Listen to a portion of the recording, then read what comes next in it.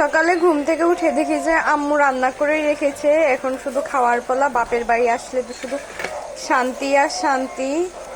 দেখুন আম্মু ডিম ভাজি করেছে, 2 প্রকারের ভর্তা করেছে, ডাউল রান্না করেছে, আর এই যে কালকে রাত্রে আমি আর আপা মাংস ভাজি করেছিলাম সেইটাও রয়েছে। আবার এই যে উস্ত্রে ডাউলও রয়েছে। উস্ত্রে ডাউল খেতে কে কে পছন্দ করেন? আমি তো উস্ত্রে ডাউল খেতে অনেক পছন্দ করি, আমার অনেক ভালো লাগে। চলুন এখন আপনাদের সাথে শেয়ার করি আমি কি কি দিয়ে ভাত খাবো। ডাউলটা এখন আর আমি খাবো না, ডাউলটা আমি দুপুরে খাবো। সাথে করেছে উস্ত্রে ডাউল রান্না। উস্ত্রে ডাউল খেতে কিন্তু অনেক মজা। কে কে উস্ত্রে ডাউল খেতে পছন্দ করেন? আমার তো অনেক ভালো লাগে। এখন আমি ভাত খেয়ে নিব।